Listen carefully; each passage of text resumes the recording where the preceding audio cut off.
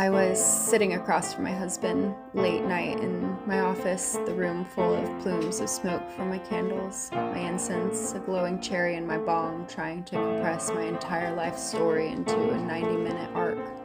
And I kept adding scenes. The childhood abuse, the military as escape, the marriage for protection, the postpartum collapse.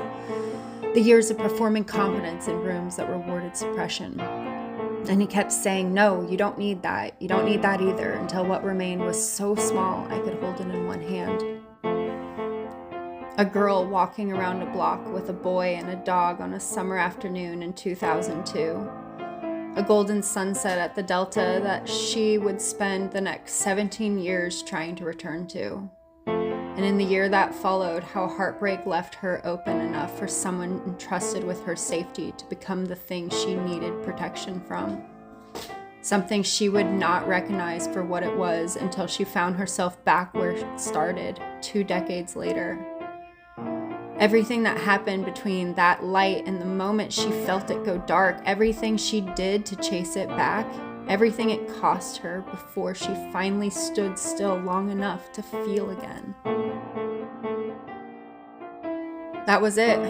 That was the whole story. I could tell you my entire life forward and back through the lens of that 1 year because of one afternoon when a boy rode his bike 4.9 miles to apologize. And I mistook the effort for proof that I would not be abandoned again.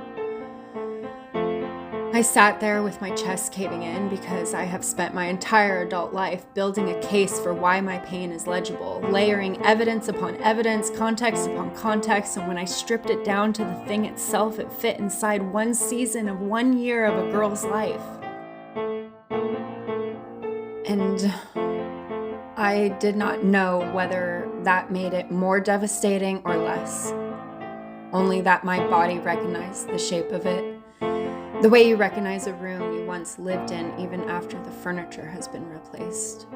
I have been feeling this pull lately to just be fucking real for the first time in my life.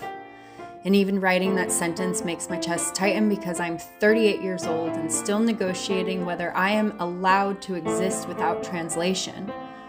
How did I make it this far without ever saying the whole truth out loud? Who exactly was I protecting all this time? And what happens now that I've realized the truth is smaller and more unbearable than any of those elaborate scaffolding I built around it?